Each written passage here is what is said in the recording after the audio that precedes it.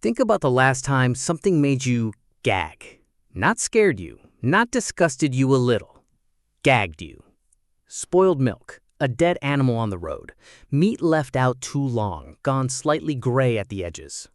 Your body reacted before your brain finished a sentence, stomach turned, face twisted. Every part of you said no before you understood why. You didn't learn that reaction from a book. You didn't learn it from a religion. Long before any sacred text ever told anyone what not to eat, humans were already refusing certain animals, consistently, independently, across continents that had no contact with each other. And once you understand why, you'll never look at your own sense of disgust the same way again. Here's where most people get the story backwards. We assume food rules started with religion. Priests drawing lines, sacred texts naming forbidden animals, spiritual authorities deciding what was pure. But anthropologists studying hunter-gatherer societies, groups with no writing, no organized religion, no centralized authority of any kind, found something remarkable. They already had food taboos, specific, consistent, passed down for generations long before any of them had contact with the kind of organized religious systems we usually credit with inventing dietary law. So where did the rules actually come from? Not a temple. Something much older and much more ruthless. Survival. Scientists have a name for it now. The behavioral immune system. Think of it as a second immune system, one that doesn't fight disease after you're infected, but tries to stop you from getting infected in the first place, and it runs almost entirely through a single emotion: disgust. Researcher Valerie Curtis spent decades studying disgust across human cultures, and her findings were remarkably consistent. The things that disgust people everywhere on Earth cluster tightly around one category: things that could carry disease.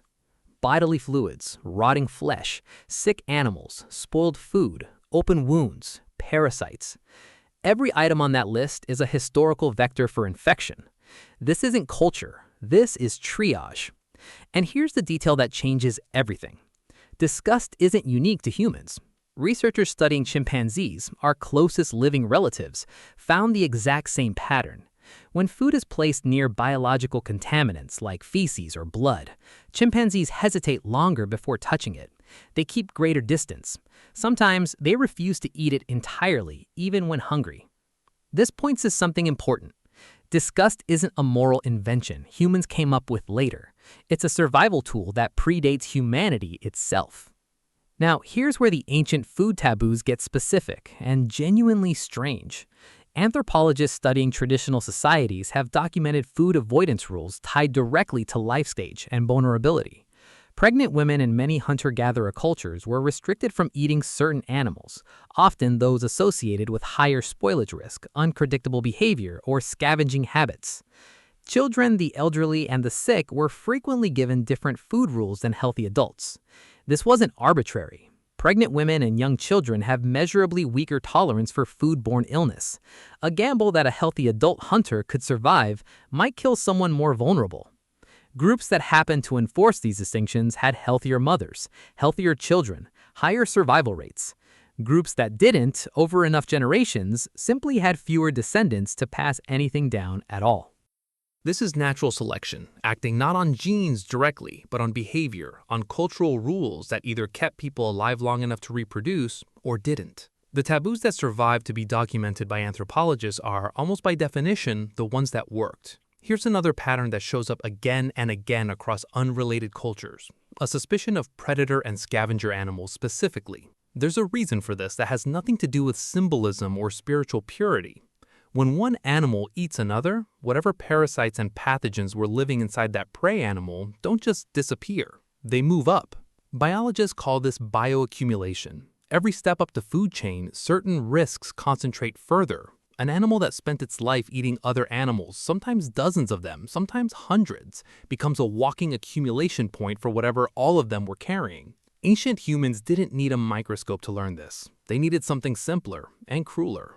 They needed to watch what happened to people who ate risky animals and got sick, and what happened to people who avoided them and didn't. Repeated enough generations in enough different populations on different continents that had no contact with each other, the lesson stopped needing an explanation. It became instinct. Wrong, don't, no. No priest required, no sacred text, just a feeling passed down through the people who survived long enough to pass it on. This is where the story gets genuinely interesting, because thousands of years later, when organized religions began writing formal dietary law, some of those rules ended up overlapping with the older, pre-existing instincts in striking ways. Scholars who study these ancient legal texts point out this is a contested question. Historians and religious scholars still debate exactly what was going on in the minds of the people who wrote them down. Some point to ritual purity, some point to symbolic meaning, some point to practical concerns about disease. What's clear is this: by the time anyone was writing dietary law down, the underlying disgust instinct had already existed, unchanged, for tens of thousands of years. The instinct came first. Whatever explanation eventually got attached to it came much, much later. And here's the part that should genuinely unsettle you. That same ancient system is still running inside you, right now, today, completely unchanged in a world where refrigeration, food safety inspection, and modern medicine have made most of its original warnings almost obsolete. You don't need to avoid spoiled meat to survive the way your ancestors did. You have a fridge, you have expiration dates, you have doctors standing between you and almost every threat this instinct evolved to protect you from.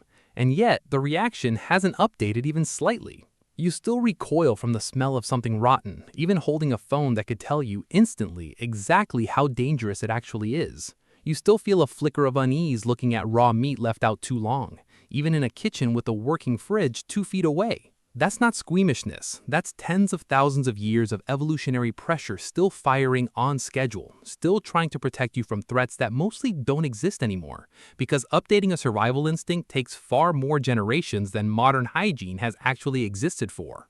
Researchers studying disgust today have found something else worth sitting with. The emotion isn't just about food anymore. The same neural circuitry that once fired to protect your ancestors from spoiled meat now activates for things that have nothing to do with disease at all. Social violations, moral transgressions, behavior we consider simply wrong. Scientists call this moral disgust, and it appears to borrow the same ancient machinery as physical disgust, the same wince, the same gut-level rejection. Which means that feeling you get, the one that tells you something is wrong before you can even explain why, might be running on the exact same system your ancestors used to avoid eating something that would have killed them.